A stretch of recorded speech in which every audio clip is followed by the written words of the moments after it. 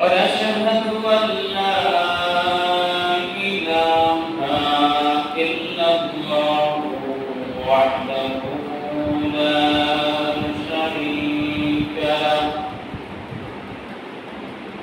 ونشهد أن محمدا عبده ورسوله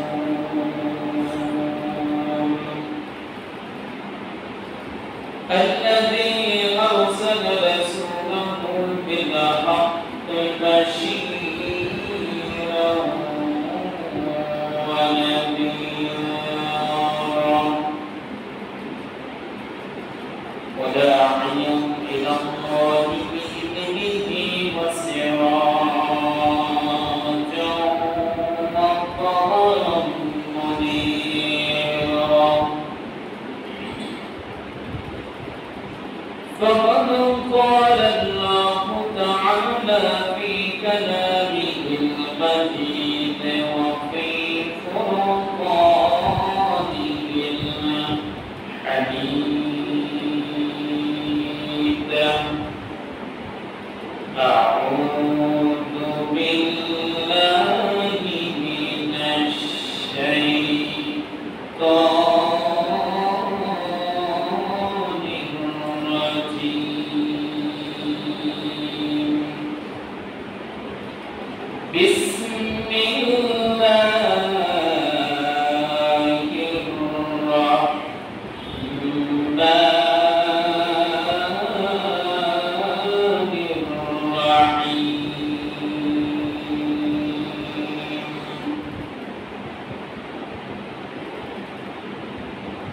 ومن يعمل من الصالحات من ذكر أو أنثى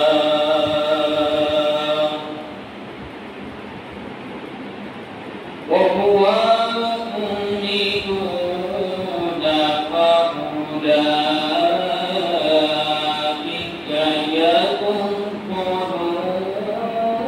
يدخلون الجنة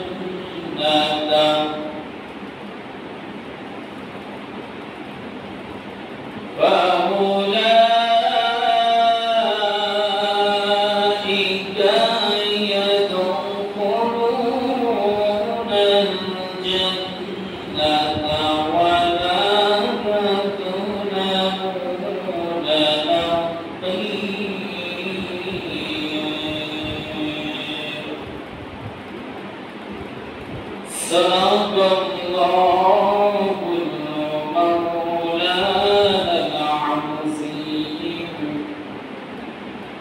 وصدق رسوله النبي الكريم إن الله وملائكته يصلون على النبي يا أيها الذين آمنوا صلوا عليه وسلموا تسليما اللهم صل على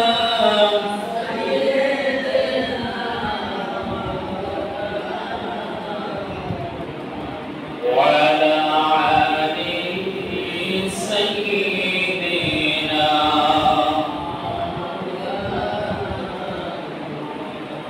اللهم صل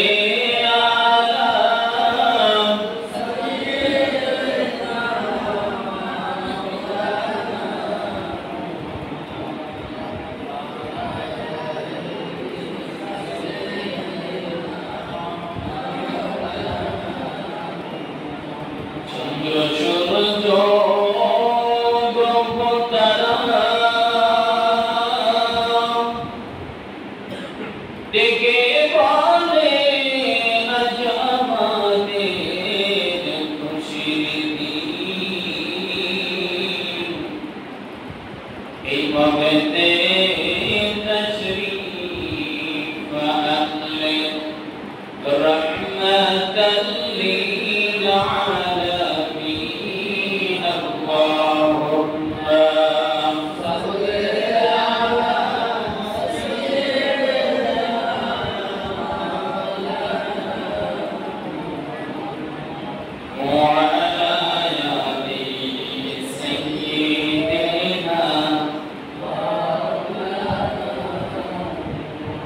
بلغ النور بكماله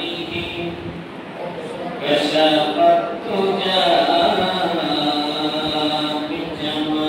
بجماله حسنت جميع خصاله صلوا عليه بلغ نورنا بكماله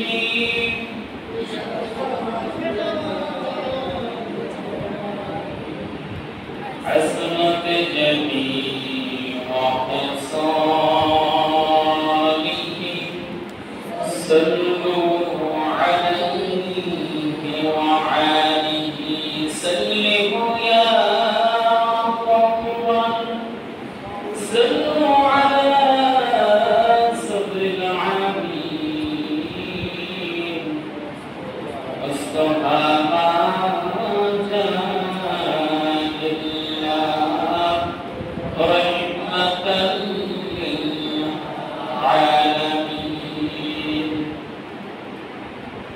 একদিন মাটির ভিতরে ঘরে ঘরে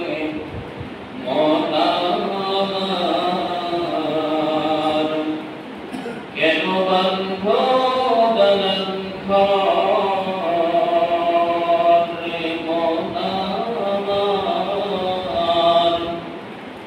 কেন বন্ধ দলন ঘর একদিন মাটির ভিতরে ঘরে ঘরে মনার কেন বন্ধ দলন ঘর প্রাণ পাখি উড়ে যাবে পিঞ্জরা ছেড়ে ভাড়া ঘুম সবই রবে তুমি যাবে চলে বন্ধু বান্ধব যত মাতা পিতা তারা শুধু একদিন হবে তোমার পরে বনামার কেন বন্ধ দালান ঘর একদিন মাটির ভিতরে হবে ঘরে মনামার কেন বন্ধ দালান ঘরে মনামার কেন বন্ধ দালান ঘর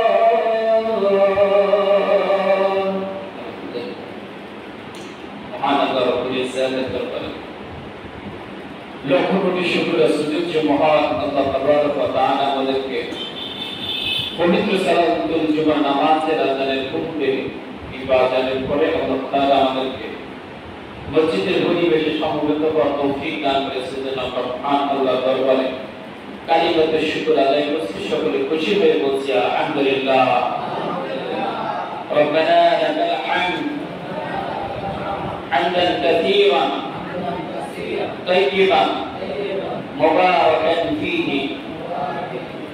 আল্লাহ তাআলার দরবারে লক্ষ কোটি শুকর যে মহান আল্লাহ তাবারক ওয়া তাআলা আমাদেরকে পবিত্র সালাতুল জুমার নামাজ আদায়ের জন্য মসজিদে আসার এবং বসার তৌফিক দান করেছেন।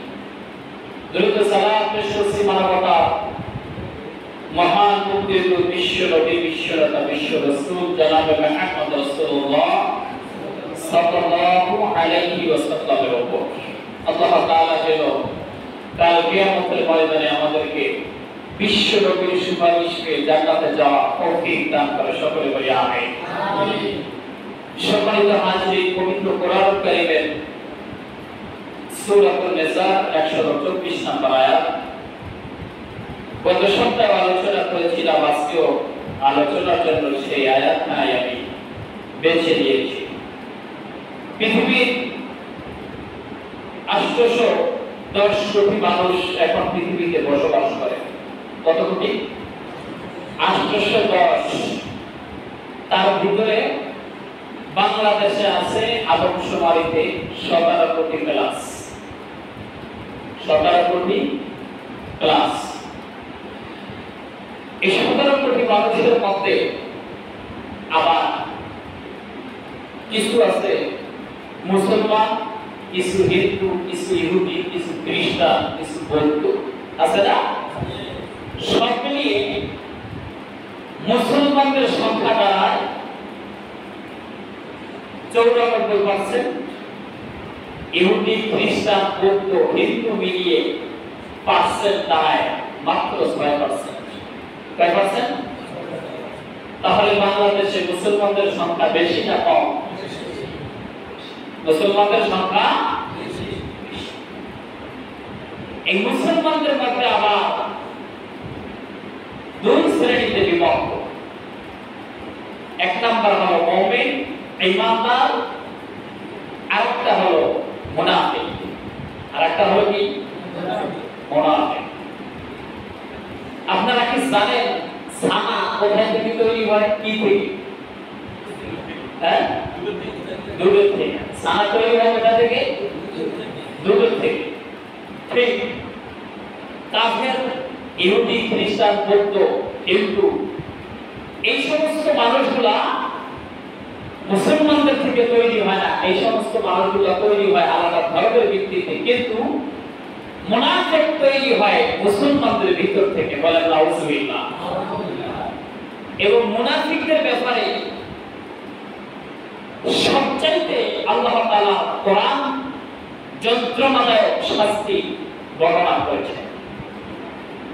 অধিকাংশ ক্ষেত্রে কাফেরদের থেকেও, কাফের কাকে বলে? যিনি আল্লাহকে অস্বীকার করে, আল্লাহর জাত ও সিফাতকে অস্বীকার করে, আল্লাহর হুকুম ও নির্দেশকে অস্বীকার করে, আল্লাহর আইন, আল্লাহর বিধানকে যারা অস্বীকার করে তাদেরকে বলা হয় কাফের। কি বলা হয়? কাফের। এই কাফেরদের থেকেও মুনাফিকদের ক্ষেত্রে আযাবের তুলনায় বহু গুণে আল্লাহ বৃদ্ধি করেছেন মুনাফিকদের আযাব। কারণ কি? কারণ হলো মুনাফিকরা হলো গুপ্তচর। কি চোর? গুপ্তচর। এরা মুসলমানদের সাথে থেকে, মুসলমানদের সাথে মিশে, মুসলমানদের সাথে একাত্রিত হয়ে, মুসলমানদের লেবাস, মুসলমানদের সুরত, মুসলমানদের সিরাত ধারণ করে আসলে মুসলমানদের তথ্যগুলা কাফেরদের কাছে পৌঁছিয়ে দেয়। ঠিক না? আর 2 বছর আগে সাবান ধরা খাইছে 32 বছর ইমামতি করার পর, যে উনি কোন মুসলমান না, উনি কাফের হয়ে মুসলমানদের তথ্য গ্রহণ করার জন্য সাময়িকভাবে লোক দেখানোর জন্য আল্লাহ, রাসূল, কোরআন, হাদিস এগুলা বিশ্বাস করেছে, সিরাতে সুরাতে সব কিছু ধারণ করেছে, কিন্তু নাগাদ তার ভিতরটা ছিল পুকুরিতে পরিপূর্ণ। নাউজুবিল্লাহ।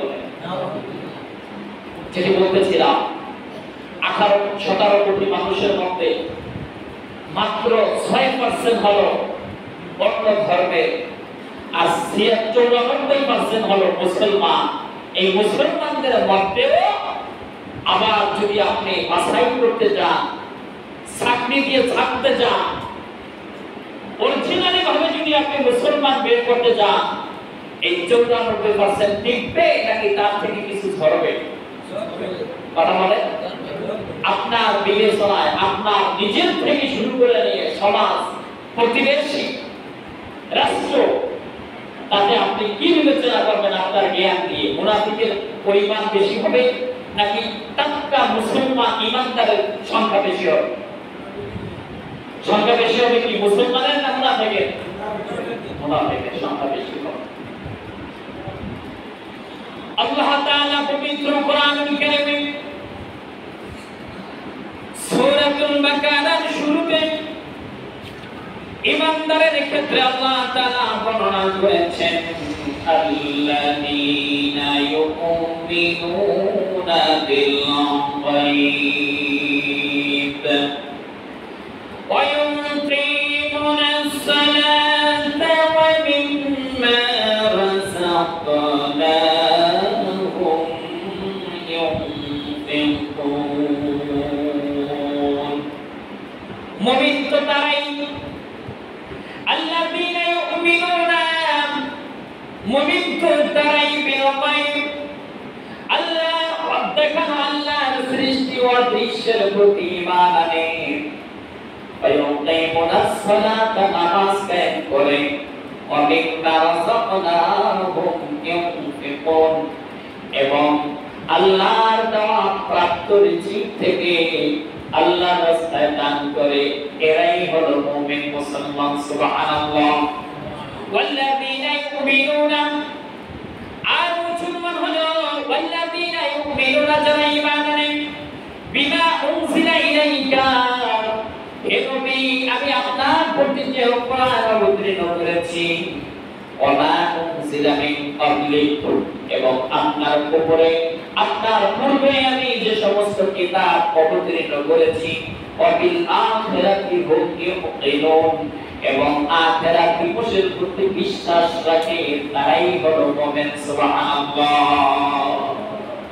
আখিরাত দিবসের প্রতি ঈমান আনে, ইউকিনুন, শুধু ঈমান বিশ্বাস করা না, ইউকিনুন বিশ্বাসের আরবি হলো ইউকিনুন বিশ্বাস করা, কিন্তু শব্দটি দেওয়া হয়েছে ইউকিনুন, তার মানে আপনি গতানুগতিক ভাবে বিশ্বাস করবেন আল্লাহ একজন আছে। এটা শুধু মুসলমান বিশ্বাস করে না, ওই যে বললাম 810 কোটি মানুষ সবাই বিশ্বাস করে আল্লাহ একজন আছে। কি বিশ্বাস করে না? করে। মাঝে মাঝে তারা যখন বিপদে পড়ে কারে ডাকে? আল্লাহই ডাকে, আল্লাহই ডাকে। ফিরআউন যখন ঘোষণা দিয়েছিল নির্মলে আমার কথায় জোর হবে, আমার কথায় বাধা হবে, আপনি ভাবতে পারেন মানুষের কথায় জোয়ার বাধা হয়? ভাবতে পারেন আপনি? কিন্তু হয়েছে, তাই তো সত্য, ঠিক না? হয়েছে তো।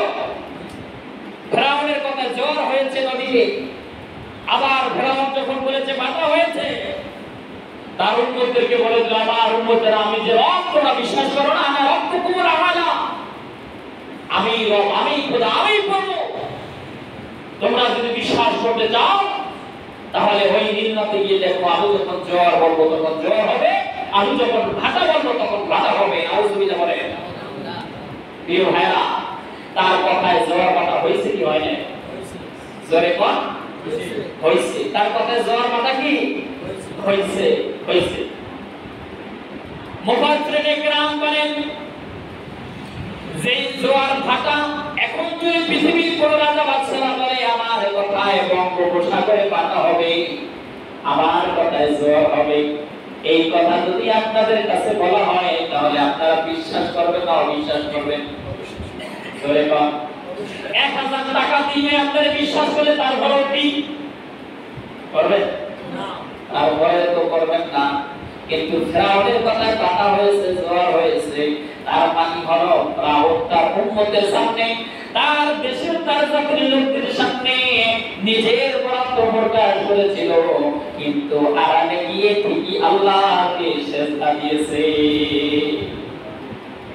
ফিরআউন তাফসীরের মধ্যে আসছে পাহাড়ের রাতের যখন রাত যখন গভীর হতো, রাত্রি যখন গভীর হতো, তখন ফিরআউন পাহাড়ের ভিতরে চলে যেত, যে আল্লাহর কাছে কান্নাকাটি করত, রোনাজানি করত, আল্লাহ আমি তো আমার উম্মতদেরকে, আমার দেশের, আমার জাতির, আমার কওমের লোকদেরকে বলেছিলাম, আমার যোগদেরকে বলেছিলাম আমার কথায় জোয়ার ভাটা হবে। হে আল্লাহ, তুমি যদি কালকে জোয়ার ভাটা না দাও, তাহলে আমার সম্মান, আমার ইজ্জত, আমার এই ক্ষমতা, এই দাহ আমার কিছু থাকবে, কিচ্ছু থাকবে না। আল্লাহর কাছে তাফসীর বলছে ফিরআউন আল্লাহর কাছে এই ইন্দ্রদের জোয়ার ভাটা তার কথায় হওয়ার জন্য এত কান্নাকাটি করেছে, এত আহাজারি করেছে, এত চোখের পানি ঝরিয়েছে। বলা হচ্ছে তার চোখের পানি পাহাড়ের মাটিতে পড়ে সেই মাটি কাদা হয়ে গিয়েছিল, আর কাদা ফিরআউনের দুই হাঁটুতে লেগেছিল। ঠিক কিনা? তার মানে হলো কাফেররাও আল্লাহর বিশ্বাস কথা হয় না, পরে কি করে না? পরে। হিন্দুরাও আল্লাহর বিশ্বাস, খ্রিস্টানরাও আল্লাহর বিশ্বাস কি করে। আর আমরা যারা মুসলমান আছি, আমরাও আল্লাহর বিশ্বাস। এখন বলে তাদের বিশ্বাস আর আমাদের বিশ্বাস যদি অভিন্ন না থাকে, ভিন্ন না থাকে, তফাৎ না থাকে, পার্থক্য না থাকে, তাহলে কি তার বিশ্বাস আর আমার বিশ্বাস যদি সেম হয়, তাহলে আমার বিশ্বাস দিয়ে পরকালে মুক্তি পাওয়া সম্ভব নয়, সম্ভব না। সুতরাং আমাকে বিশ্বাস করতে হবে ওয়াবিল আখিরাতি হুম ইউকিনুন, দৃঢ়ভাবে বিশ্বাস করতে হবে। এই বিশ্বাস করতে হবে আমার একটি কদম আমি সামনের দিকে ফালাবো, এই কদম আমি কোথায় ফালাচ্ছি, কারণ কিয়ামতের ময়দানে সামনে আসেন, কাল কিয়ামতের ময়দানে আমাকে জিজ্ঞেস করা হবে তুমি কোন জায়গায় এই কদমটা দিয়েছিলে। ঠিক না বলে? এই চিন্তা করে যারা চলবে তারাই হবে ইউকিনুনের অন্তর্ভুক্ত। আর যদি চলতে আসি তো চলতে আসি, মানে ট্রেন আসছে আর কোন পথে আটকাবে না, এমন হলে তো চলবে না।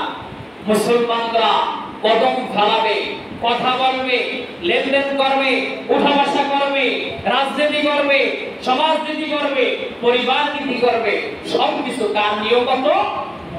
আল্লাহ।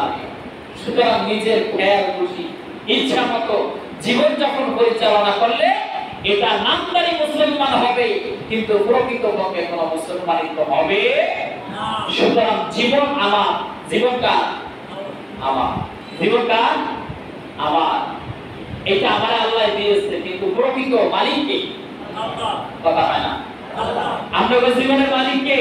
আল্লাহ। তো জোরে কন্যা দিন, আমাদেরকে যে জীবন দিয়েছে জীবনের মালিক কে?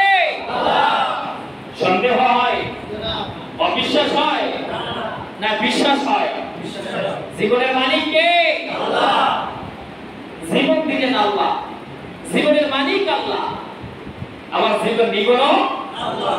মাঝখান থেকে আল্লাহ তাআলা আমাদেরকে একটা গ্যারান্টিও দিয়েছে যে তোমরা যদি জীবন আর আমল, সম্পদ, জীবন আর সম্পদ যদি আমাকে দিতে পারো, আমি আল্লাহ তাআলা তোমাদেরকে জান্নাতের গ্যারান্টি দিয়ে দিব। বলেন সুবহানাল্লাহ। আল্লাহর কথা সূরা তাওবার মধ্যে বলছে জীবন এবং সম্পদের গ্যারান্টি যদি আমরা আল্লাহকে দিয়ে দিতে পারি, আল্লাহ তাআলা তার জান্নাত আমাদেরকে গ্যারান্টি দিবেন। সুতরাং আমরা কি চাই না আমাদের এই জীবন আল্লাহর দেওয়া? জীবন কার দেওয়া? আল্লাহর দেওয়া জীবন আবার আল্লাহকে ফেরত দিয়ে মাঝখান থেকে আমরা কিছু পাবো, এই আশা করা যায় না? এই চেষ্টা ফিকির করা যায় না? নাকি মুনাফিকের খাতা নাম লেখাবো?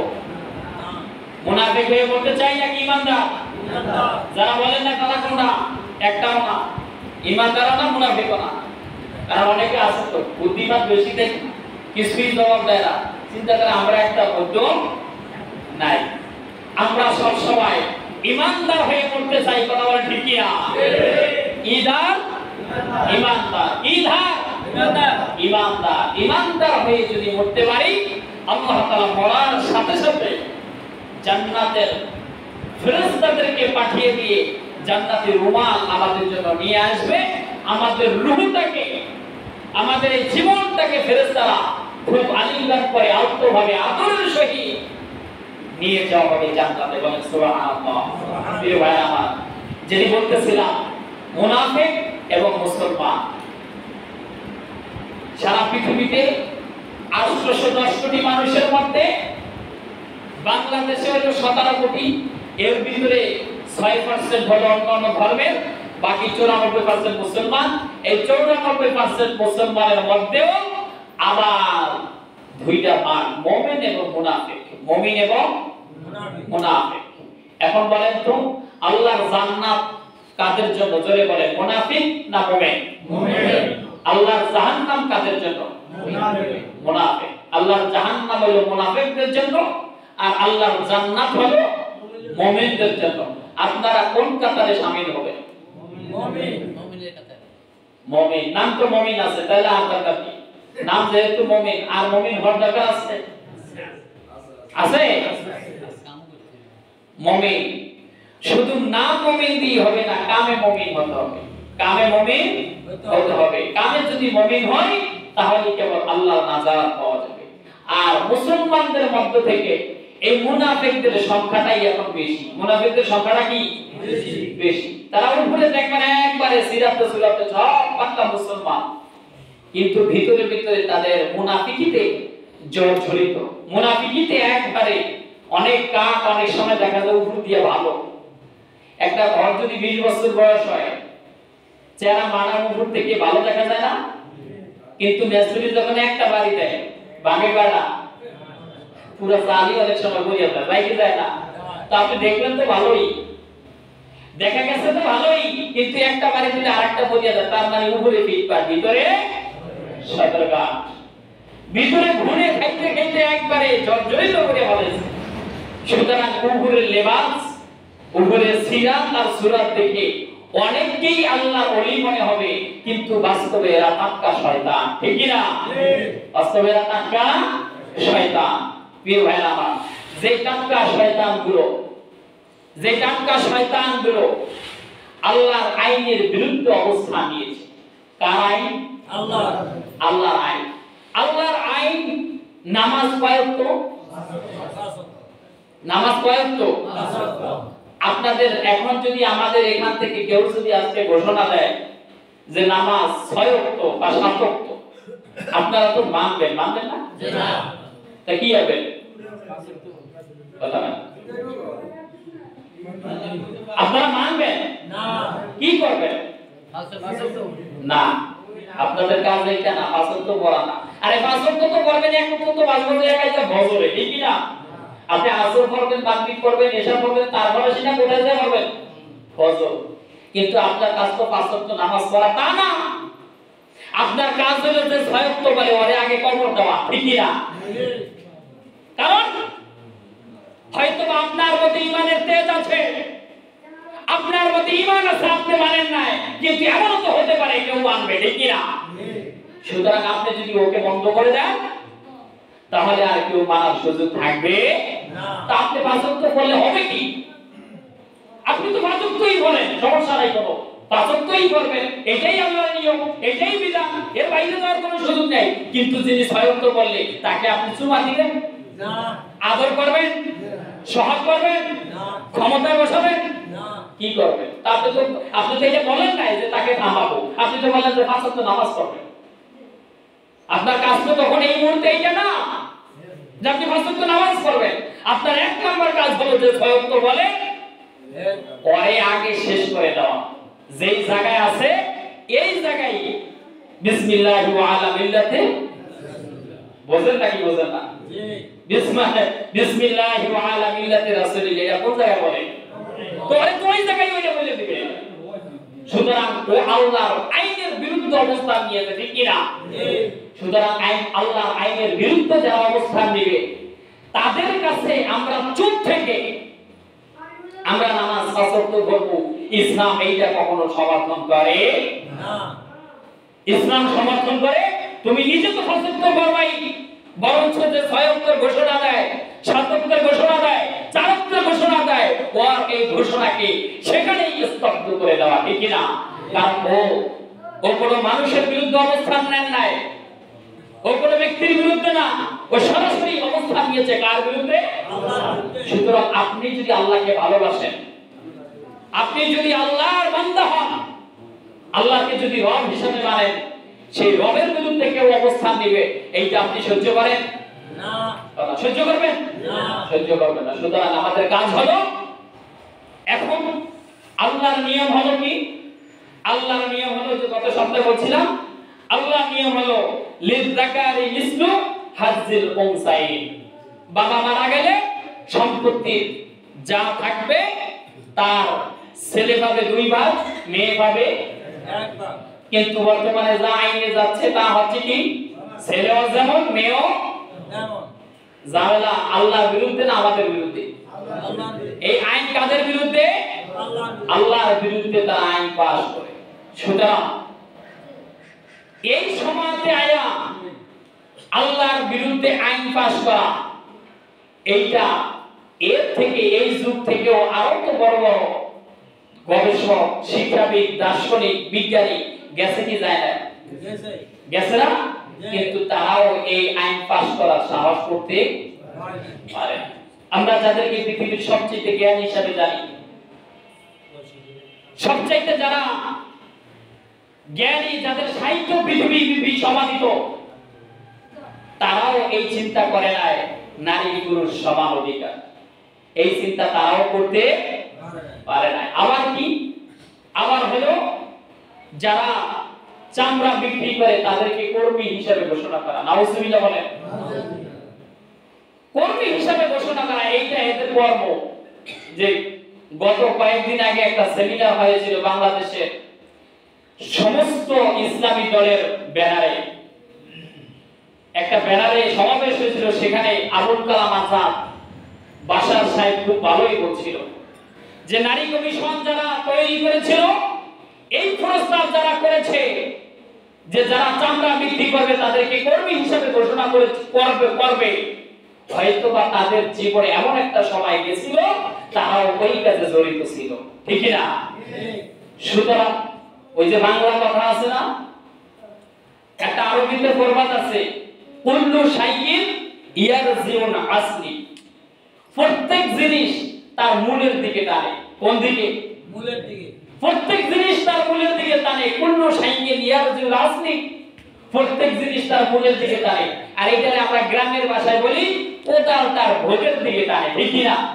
কোদাল যখন আপনি টানেন এই দিকে যায় না ওই দিকে যায়? নিজের দিকে আসে না? কোদাল তার ভোগের দিকে টানে। সুতরাং যে যে চরিত্রের, সে ওই চরিত্রের মানুষকেই তো সাপোর্ট করবে, এটাই তো স্বাভাবিক, ঠিক না? এছাড়া তো আমরা কিছু দেখি না। সুতরাং কোরআন আমাদের কাছে সর্বোচ্চ পৃথিবীর সংবিধান। এর উপরে কোন সংবিধান তৈরি হয়ও নাই আর হবেও না। নাকি হবে না? পৃথিবীতে আপডেট করার জন্য, পৃথিবীর আপডেট করার জন্য অনেক নিয়ম নীতি পরিবর্তন হয়, কিন্তু সেই নিয়ম নীতি ফলো করার জন্য কি কোরআনকে আপডেট করার কোনো প্রয়োজন আছে? না। কোরআন কোনো অ্যানালগ না। কোরআন যেই যুগে আসবে ওই যুগেই আপডেট। সুবহানাল্লাহ বলেন। সুবহানাল্লাহ। কোরআন নাজিল হয়েছে কতশো বছর আগে? কথা হয় না। তার মানে 1400 বছর আগের জিনিস। বিল্ডিং যদি 1400 বছর আগে হয় সেটা পুরান না নতুন? আর কোরআন নতুন। কোরআন কি? কোরআন হলো অল টাইম ডিজিটাল।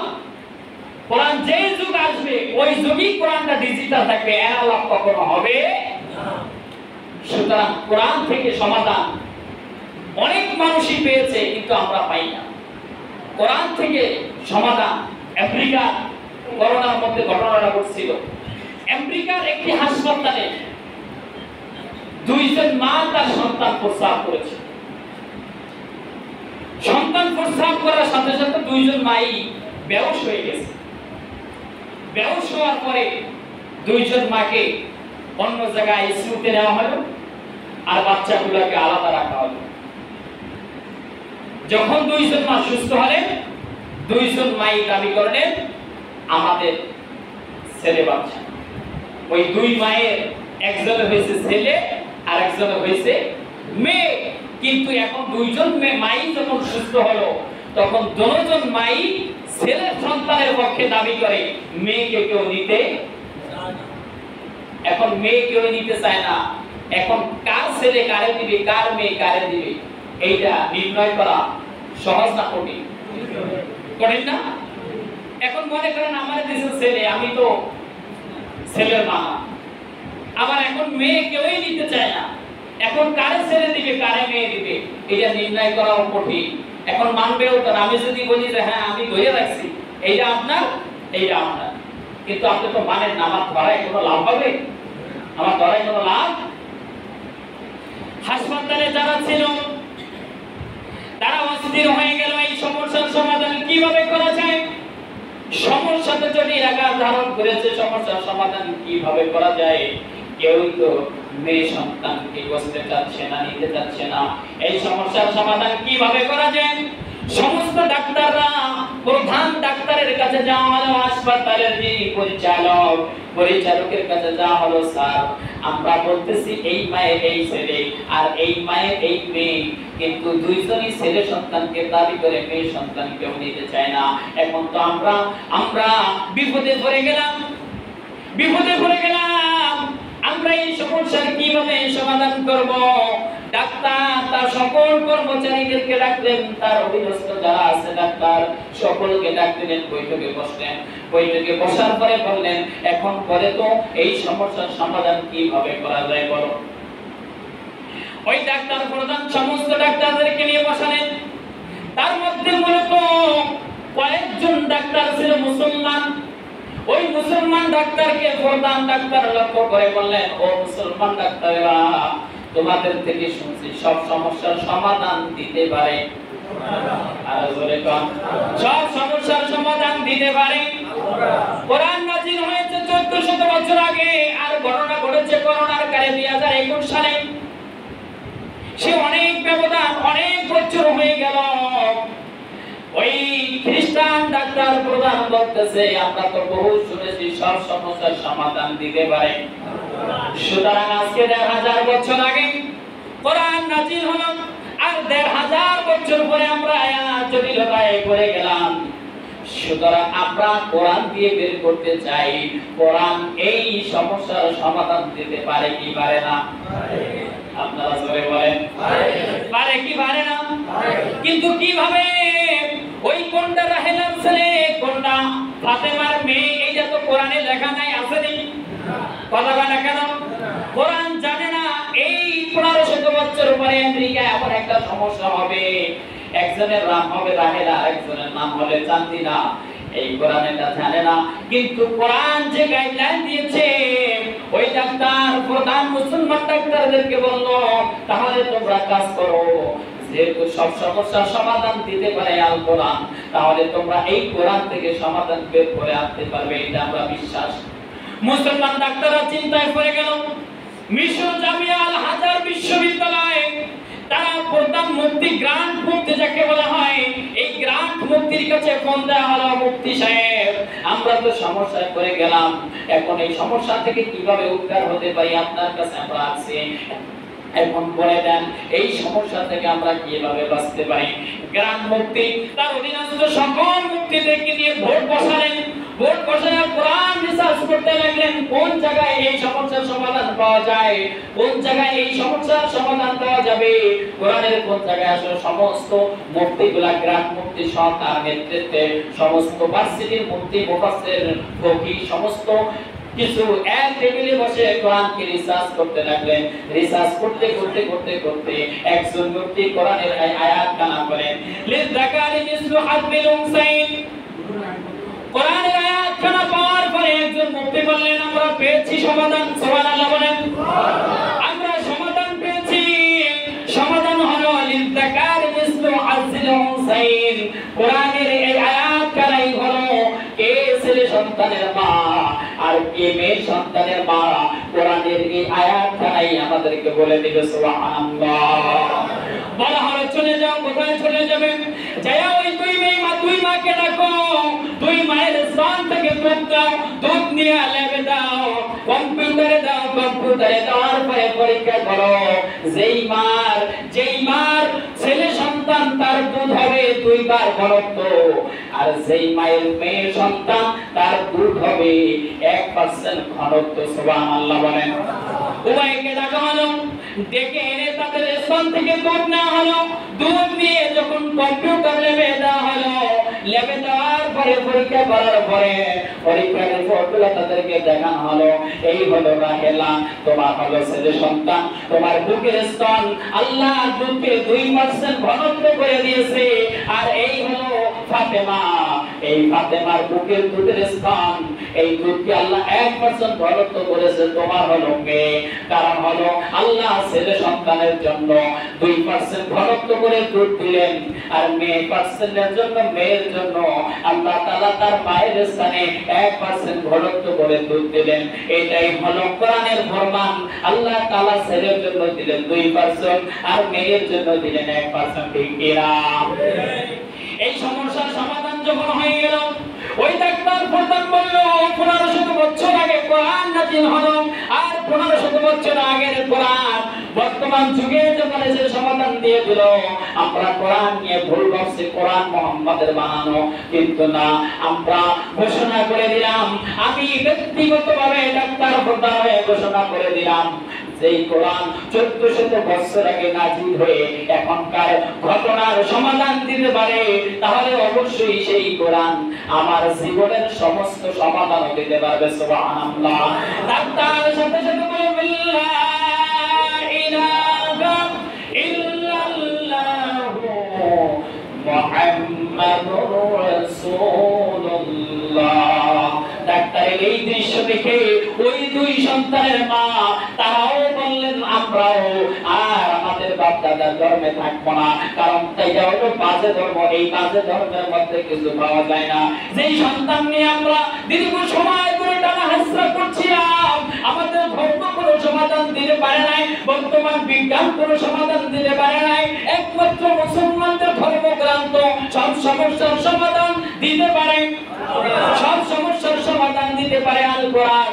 সুতরাং আল কোরআন যেহেতু সমাধান দিয়েছে, আমরা আজকে ঘোষণা করলাম কোরআনের উপরে ঈমান আনলাম। ওই 2 মা সঙ্গে সঙ্গে পড়ে নিলেন লা ইলাহা ইল্লাল্লাহু মুহাম্মাদুর রাসূলুল্লাহ।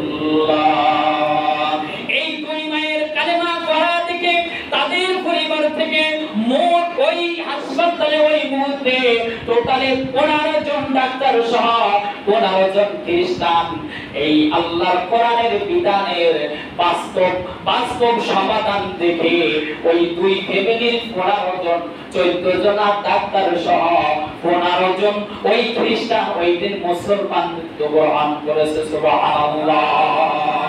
তাহলে কোরআন সমাধান দিতে পারে কি পারে না? ব্যর্থ না সফল? সফল। কোরআন এখনো সমাধান দিতে পারে যদি আমরা কোরআনের কাছে যাই। ঠিক না? কোরআনের কাছে যদি যাই তাহলে কোরআন এখনো আমাদের সমাধান দিতে পারে। সুতরাং কোরআনের বিরুদ্ধে অবস্থান নেওয়া, এইটা কার বিরুদ্ধে অবস্থান নেওয়া? আল্লাহর বিরুদ্ধে অবস্থান নেওয়া।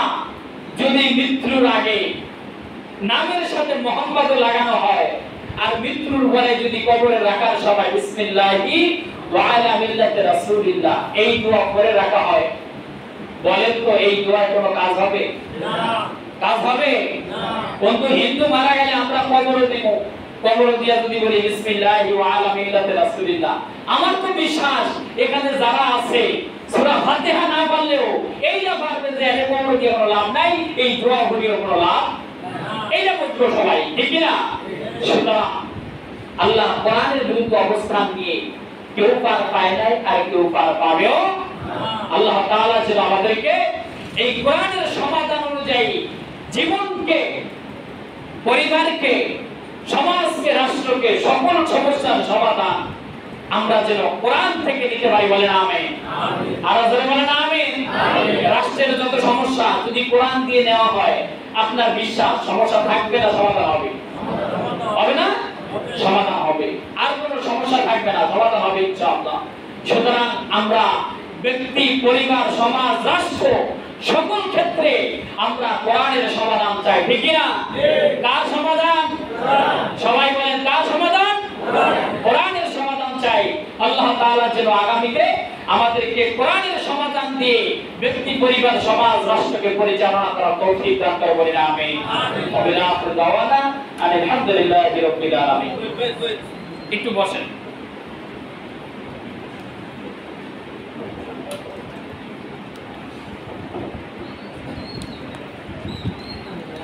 আসসালামু আলাইকুম ওয়া রাহমাতুল্লাহ।